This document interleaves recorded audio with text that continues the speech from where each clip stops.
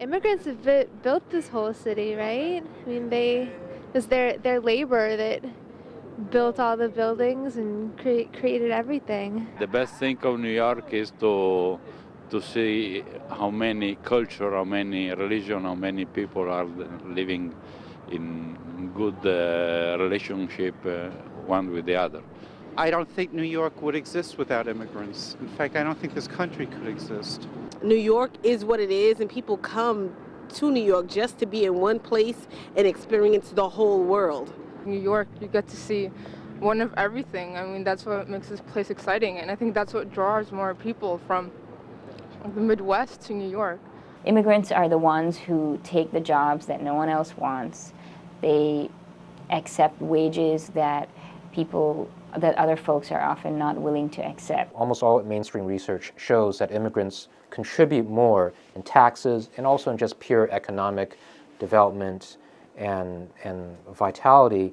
They contribute much more to the country and to the city than they take out in terms of benefits or other needs.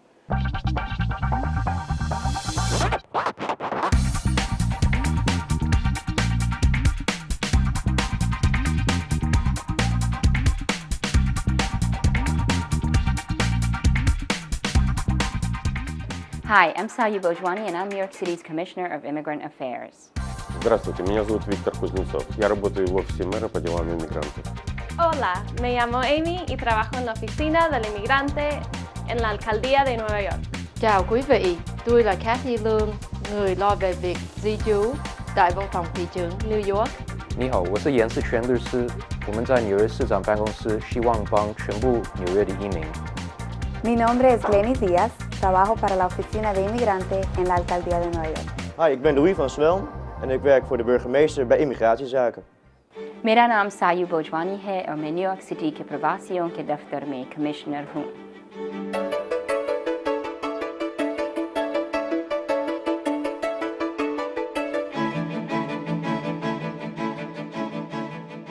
As the Commissioner of the Office of Immigrant Affairs for the City of New York, I oversee, like Jonathan Greenspun, a division of the Mayor's Office, whose work is to foster communication and connection between city agencies and immigrant communities.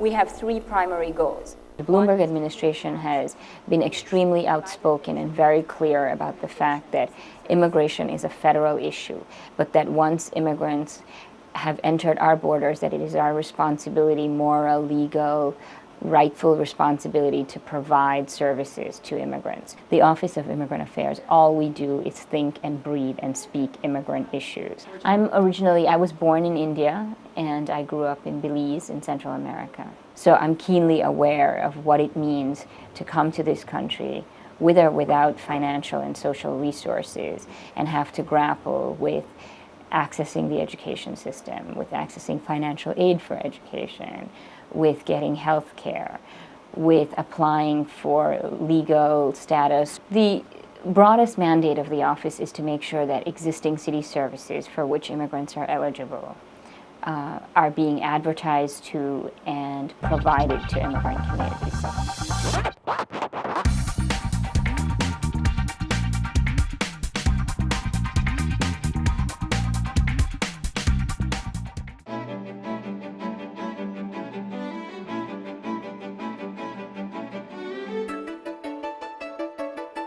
My name is Amy Taylor, and I'm the Policy Director here at the Mayor's Office of Immigrant Affairs. I previously worked at the New York Immigration Coalition, which is one of the lead advocacy organizations in New York City working on immigrant issues.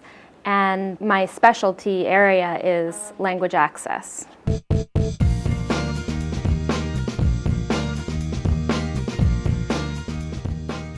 The city needs us because now immigrants are almost 40% of New York City. New York City is almost 40% foreign-born. I did get your email, and yeah, so the answer to your question is actually a little bit complicated because depending on what kind of outreach you're doing, we probably would recommend different languages to translate your materials into. I was just speaking with someone from the Office of Emergency Management, which is another city agency. They were requesting information on what languages they should be translating their documents into. Sometimes agencies come to us with questions about cultural sensitivity, particular to a certain community. For example, we were approached by an agency that needed to target the Bangladeshi community in Queens for some outreach they were doing. And we were able to give them some maps from city planning that showed the areas of highest density of the Bangladeshi communities around New York City.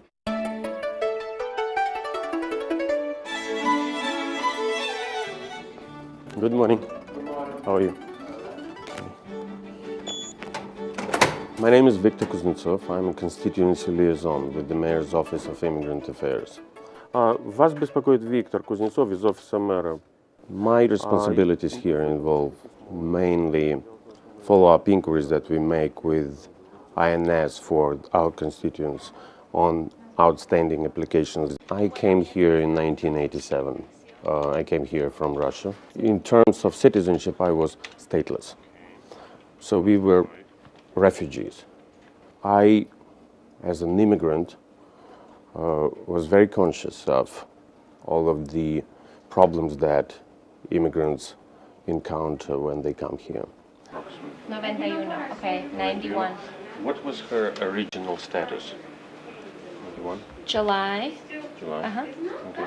Estoy traduciendo para otra persona. Okay. I now realize how, I cannot say stupid, how little knowledge I had about immigration. It helped me a lot because I realized that there are certain procedures that and rules that have to be followed to the letter.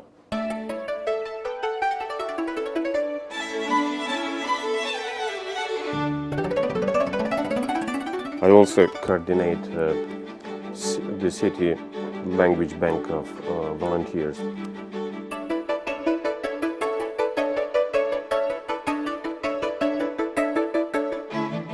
Hello, Lark. I just wanted to know if you still had that op-ed article ready. It's very important to keep the language services alive in a city that has become, in fact, the second home to the world population. Because, as I said, we've had a recent wave of immigration since the 80s that still hasn't mastered English properly.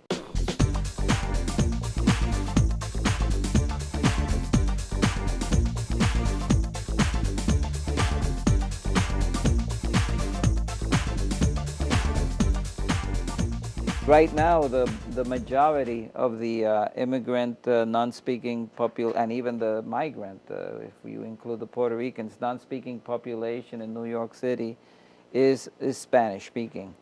We're talking about 2 million people, if not more, out of the 8 million people are Spanish-speaking. Once we find out who speaks the language really well, what you and I would do is to go there and test those people. As an example, for the Department of Sanitation, we used to call it Departamento de Sanidad. which is how it's called in Puerto Rico. But as the other countries come, we realize that Departamento de Sanidad in their country means the health department. So we don't want to send the people to the garbage disposal when they need to go to the hospital. Therefore, I had to change the name to Departamento de Limpieza Pública.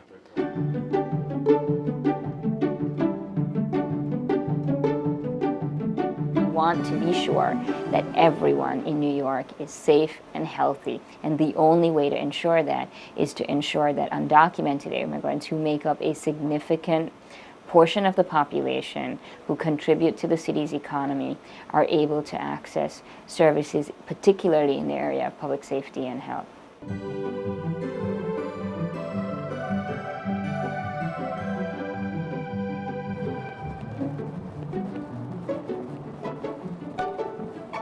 This is a family that came here last year in 2002 legally. They're all legal permanent residents. It's a woman and her husband, and they came over here with their 9 children. The husband had a very routine operation and passed away, and he had been working and supporting the family. So all of a sudden, this family is left, it's a mother and her 9 children with no means of supporting themselves. My name is Muhammad Yunus, and I am originally from Pakistan. Currently, I am working with New York City Department of Health. I sponsored my brother and my nephew and nieces. They came as a legal immigrant. That means they have a green card. It was their dream to come to America and have their dreams like everybody else thinks. He was a young man. He was younger than me, 3 years younger than me. And one day he wasn't feeling well, so he went to hospital, and there they say you have 2 arteries blocked and you would need angioplasty. About 37 days later, he died there. Kaise ho? Theek ho? What are you doing? We were watching TV. Huh? We just finished our How was school? It was okay. Achha. So Ald and his wife and those children, they just came to this country and they were lost. Not only traumatized, but what will happen? Both emotionally devastated, economically devastated since he just came, even though he is a legal immigrant, but he never got a chance to work.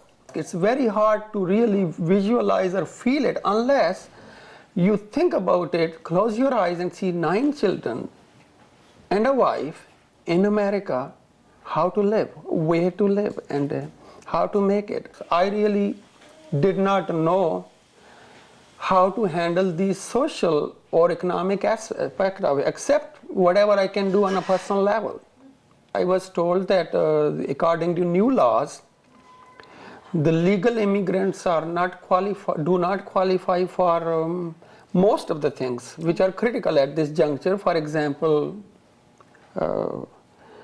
welfare or food stamps. During this time, a friend in the Department of Health told me that since they are new immigrant, why don't you contact with the immigration office? It was really a very different experience because one is that I called and I think I spoke, Amy, with you. Mm-hmm.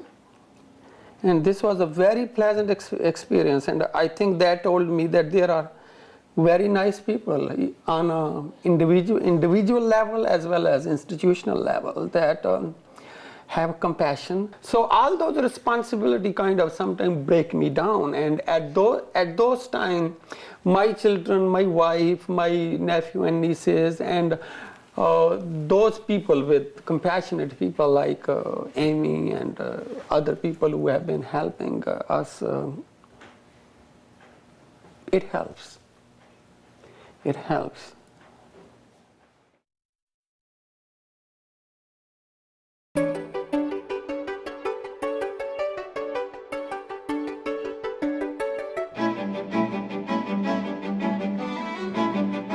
The neighborhood that we're going to be visiting is Jackson Heights, sometimes known as Jackson Heights Elmhurst Corona as one unit. And in the last, I would say 15 to 20 years, has become this incredible mix of South Asian, other Asian communities, and a number of groups from different parts of Central America.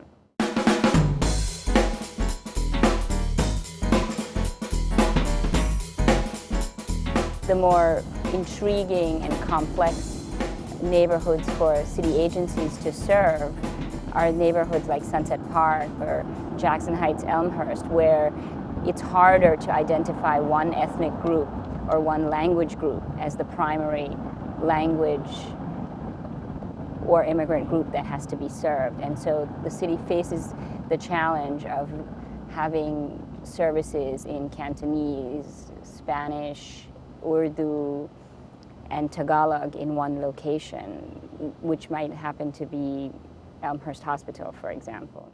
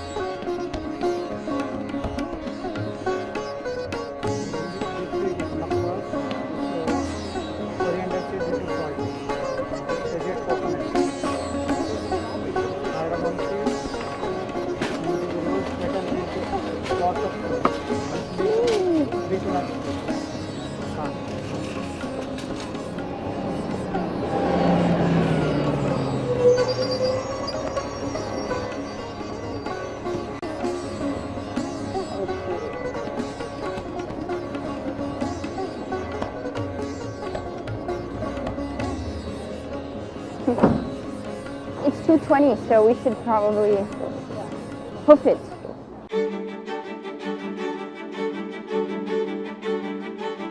My name is Casey Williams, and I've been running the educational program here in the Jackson Heights office of the Forest Hills Community House for the past 13 years. We provide free English as a second language classes to the community, and anybody who thinks that immigrants don't want to learn English has no idea what they're talking about. We select students for our program by lottery. It's a highly competitive lottery. Usually 3 out of every 4 applicants gets turned away. People line up at 6 o'clock in the morning to try and get into classes, 5 o'clock in the morning. People are desperate to learn English. Students in our program come from 83 different countries and speak 27 different languages. I love my job because I learn something every day working with immigrants, and I'm the granddaughter of an immigrant. All right, so what are you guys doing? We are looking for the jury. Leona must be paid big money. Leona must be paid So you're big doing money. Leona Helmsley. What happened to her? The game take her to the court yesterday. Okay, hi. What looks good to you? Train insurance, 2 women waiting on the platform. It's about the train accident. What train was it? What side? 7? Yeah. Where did that happen? What? Woodside Avenue. They hit them in their heads just like that. I think 2 trains. Oh my gosh.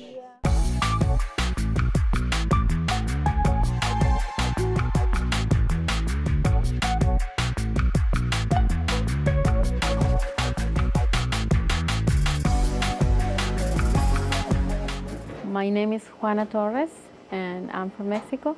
I work here as a coordinator, assistant, administrator, and I think it's really important for immigrants to learn English because they needed to work, to get better jobs, to get information on the hospitals, and just to have fun with their kids.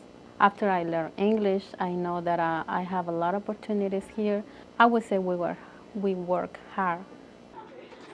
My name is Sarah Tanvir.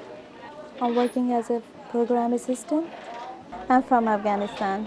In my opinion, I feel very proud of here to come here. I feel very proud because of in our country, I have no opportunity, I think it's discriminations and everything.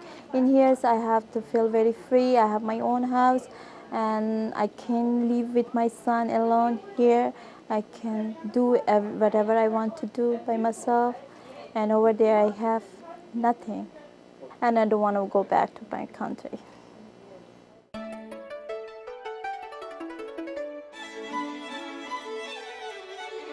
This neighborhood is actually Mexican, Ecuadorian, Colombian, Dominican,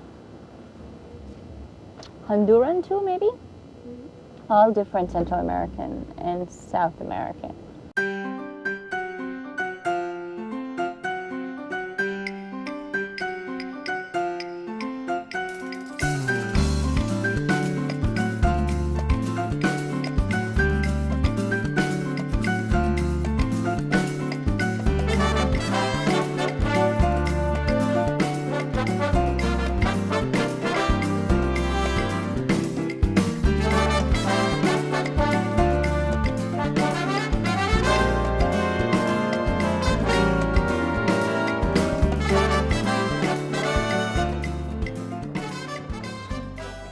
A lot more time together.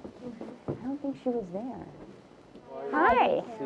Good to see you. Very good. We've been here since 2000, and our work is basically educating and informing the Hispanic immigrant community. The way we do it is we organize these workshops and we offer them to different communities. What we do is we invite people from different agencies in the city and we'll ask them to come in and make a presentation at a church. And I think people has really downplayed information. Oh, you give information. Information is vital, especially now. You have to cut the problem at the bottom. You can't resolve or you can't solve the problem once they already filed that petition because they're already in the process. They're already in that deportation process. There is nothing you can do.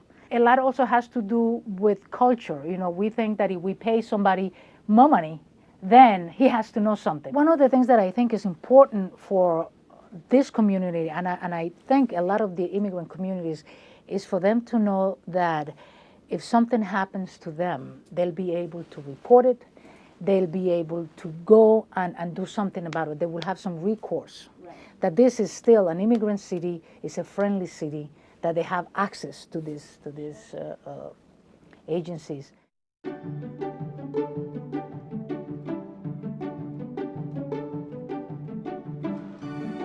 My name is Jimmy Yan. I'm the General Counsel in the Mayor's Office of Immigrant Affairs, which means I provide legal advice to the Commissioner on the work that we do.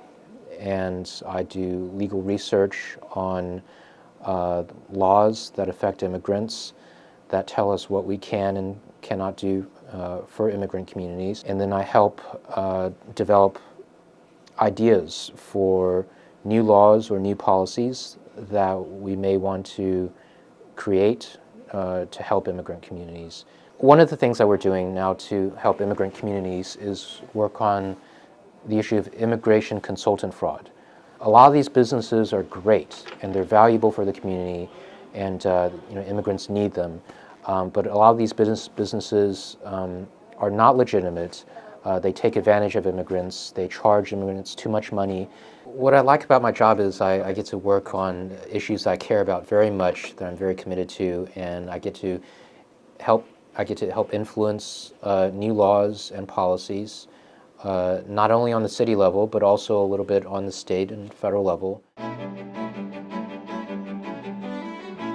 This afternoon we are actually going to visit Brighton Beach, and the reason for that is a follow-up on our roundtable with the Russian-speaking community. We are going to visit a couple of businesses and a couple of community-based organizations.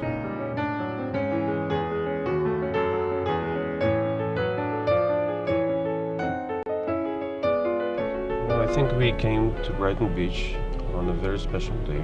It's snowing, and it's very appropriate to film, I think, in the Brighton Beach area when it's snowing, because it looks so much like a winter in Russia, because the first people who came to the Brighton Beach Avenue were mostly from the shores of the Black Sea, from Odessa, and they started their little neighborhood here. One of my favorite things to do is to visit different immigrant neighborhoods in New York City. As much as this sounds like a cliche, you do feel like you're transported to a different part of the world. In Astoria, you can be in part of the Middle East. In Flushing, you can be in Hong Kong. And in Brighton Beach, you can be in Russia. And being in those neighborhoods shows the real contribution that immigrant businesses can make to neighborhoods in New York City. And it also gives me a chance to hear directly from business owners, community-based organizations, and individual immigrants what issues they are concerned about. I started the Brighton Neighborhood Association back in 1977. It was a time in the New York City's history, a chapter in our life that was a negative chapter. We lost McDonald's. That has been the Guinness Book of Records.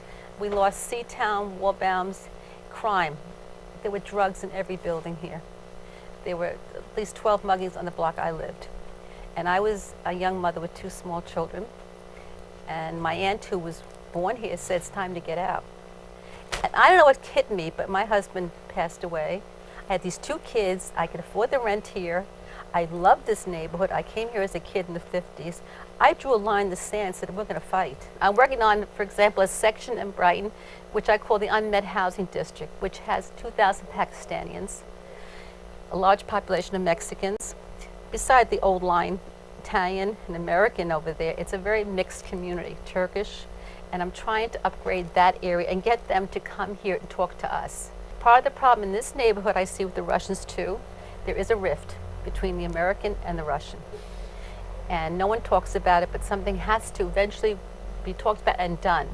But this is my gift to my 2 children, that when they ever do get married and there's grandchildren, they'll know this is Grandma's Brighton Beach. Thank you for coming to Brighton Beach. We're delighted to have you here, and we're very honored to have you here. Thanks for having us. And come back anytime. We will. We'll okay, come back. Great. We'll bring business back. Okay.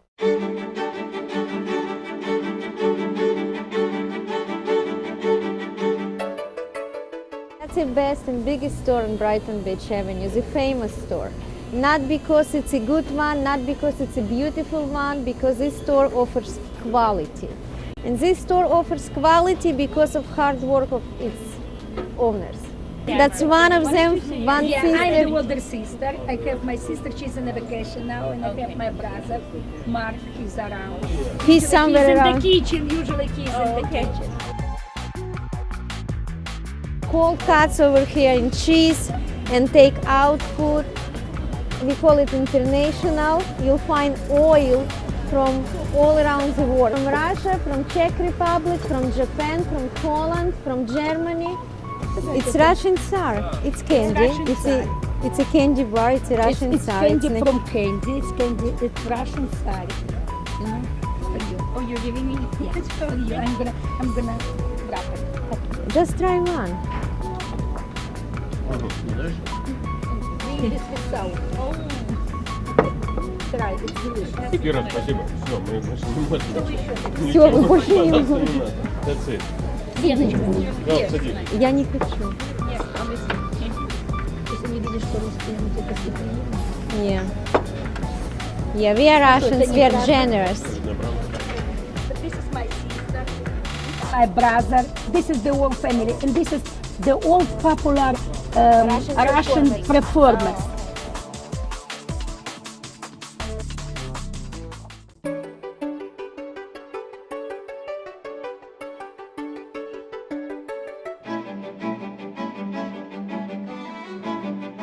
The office is working closely with the Human Rights Commission and community-based organizations, including COPO, and I see someone here also from the South Asian Council for Social Services, which is another agency that's working on a survey to document the extent of discrimination experienced by South Asians and Arabs since September 11th. It's important that people from different backgrounds continue to feel welcome to come to New York City. New York City would not be the cultural capital of the world. It would not be the economic capital of the world if it did not make itself a place that welcomes immigrants from all around the world. I am trying to use the mayor's mandate to work collaboratively, to think strategically, to look at cost-saving measures and to look at technology as a way of improving service delivery and outreach to immigrant communities. I feel that my own personal experience and conviction about the importance of government response to citizens are really what carry me through my work here in Immigrant Affairs. As the impact of the budget crisis worsens, it is especially important that you work together with each other and with government and private agencies so that we can have as great an impact as possible with limited resources. Thank you.